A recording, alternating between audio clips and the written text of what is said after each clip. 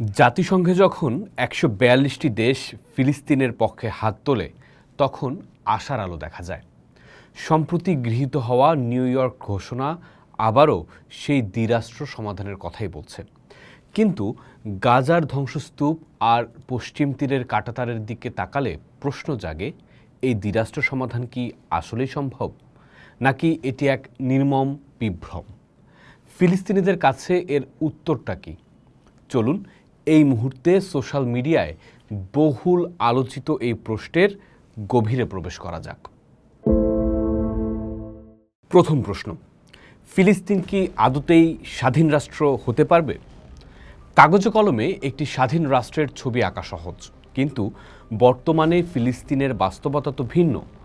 যে রাষ্ট্রটির কথা বলা হচ্ছে তা তো এখন দখল হয়ে গেছে, তার তো ভৌগোলিক অখণ্ডতাই নেই। একদিকে গাজা উপত্যকা, যা এক বিশাল জেলখানার মতো অবরুদ্ধ, অন্যদিকে পশ্চিম তীর, যা শত শত অবৈধ ইসরায়েলি বসতি আর সামরিক চেকপোস্টের জালে খণ্ডবিখণ্ড। এই দুই ভূখণ্ডের মধ্যে কোনো সংযোগও নেই। এমন একটি রাষ্ট্র যদি গঠিতও হয়, তার সীমান্ত, আকাশসীমা, জল এবং প্রাকৃতিক সম্পদের উপর নিয়ন্ত্রণ থাকবে কার হাতে? উত্তরটা স্পষ্ট, ইসরায়েলের। এটি হবে এমন এক স্বাধীনতা যা আসলে পরাধীনতারই নামান্তর। যে রাষ্ট্রে শরণার্থীরা ফিরতে পারে না, যার নিজস্ব সার্বভৌমত্ব নেই, তাকে কি আদৌ স্বাধীন বলা যায়? তাই ফিলিস্তিনিদের বড় অংশের কাছে এই সমাধান একটি ফাঁদ ছাড়া আর কিছুই নয়। দ্বিতীয় প্রশ্ন, ইসরায়েল কি এটা হতে দেবে? এই প্রশ্নের উত্তর ইসরায়েলের কর্মকাণ্ডে স্পষ্ট। গত কয়েক দশক ধরে তারা একটানা ফিলিস্তিনি ভূমি দখল করে বসতি স্থাপন করে চলেছে। তাদের বর্তমান সরকার দ্বিরাষ্ট্র সমাধানের ধারণাকে প্রকাশ্যে প্রত্যাখ্যান করেছে। ইসরায়েলের চোখে একটি শক্তিশালী ও স্বাধীন ফিলিস্তিনি রাষ্ট্র তাদের নিরাপত্তার জন্য হুমকি। ইসরায়েল বড়জোর এমন একটি দুর্বল ফিলিস্তিনি কর্তৃপক্ষকে হয়তো মেনে নেবে, যা তাদের নিয়ন্ত্রণে থাকবে। কিন্তু একটি সত্যিকারের সার্বভৌম রাষ্ট্রের কি হবে? ইসরায়েলের রাজনীতি, সামরিক নীতি এবং বসতি সম্প্রসারণের প্রকল্প সবকিছুই এই সম্ভাবনাকে গলা টিপে হত্যা করছে। তাই তারা যে এটা স্বেচ্ছায় হতে দেবে না তা প্রায় নিশ্চিত। এর পরের প্রশ্ন, ভারত, জাতিসংঘ এবং ন্যাটোর ভূমিকা কি হবে? এখানেই আন্তর্জাতিক রাজনীতির জটিল খেলাটি সামনে চলে আসে।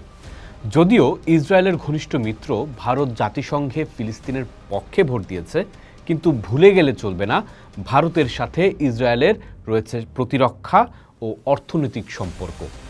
তাই বলা যায়, ভারত হয়তো কূটনৈতিকভাবে দ্বিরাষ্ট্র সমাধানকে মেনে নেবে বা সমর্থন করবে, কিন্তু ইসরায়েলের ওপর চাপ সৃষ্টি করার মতো কোনো কঠোর পদক্ষেপ নেবে না। এটি একটি ভারসাম্য রক্ষার নীতি, যা ফিলিস্তিনিদের প্রকৃত মুক্তির পথে সহায়ক নয়। এদিকে জাতিসংঘকে বলা হয় বিশ্ব শান্তিরক্ষক, কিন্তু ফিলিস্তিনের ক্ষেত্রে এটি একটি কাগুজে বাঘ। সাধারণ পরিষদে শত শত প্রস্তাব পাশ হলেও নিরাপত্তা পরিষদে আমেরিকার একটি ভেটো সব কিছুকে থামিয়ে দিতে পারে। জাতিসংঘ মানবিক সাহায্য দিয়ে সংকটকে কোনো মতে জিইয়ে রাখে, কিন্তু রাজনৈতিক সমর্থন দিতে ব্যর্থ। জাতিসংঘের ভূমিকা প্রভাবশালী দেশগুলোর স্বার্থের দাবার বোর্ডে একটি ঘুঁটি মাত্র।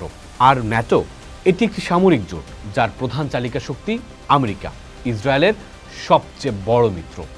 ন্যাটো দ্বিরাষ্ট্র সমাধানকে মৌখিকভাবে সমর্থন করলেও তাদের মূল লক্ষ্য ইসরায়েলের নিরাপত্তাকে নিশ্চিত করা। ফিলিস্তিনিদের অধিকার কখনোই তাদের বিবেচ্য বিষয় ছিল না, হবেও না। তাই তাদের কাছে কার্যকর সমর্থন আশা করাটাও বিভ্রম। তাহলে পথ কি?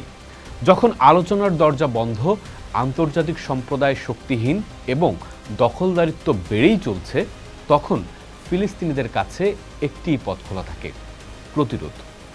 এই প্রতিরোধ কেবল হামাসের সশস্ত্র সংগ্রাম নয়, এটি পাথর ছোড়া শিশু থেকে শুরু করে বিশ্বজুড়ে ছড়িয়ে থাকা ফিলিস্তিনিদের সাংস্কৃতিক ও রাজনৈতিক লড়াই।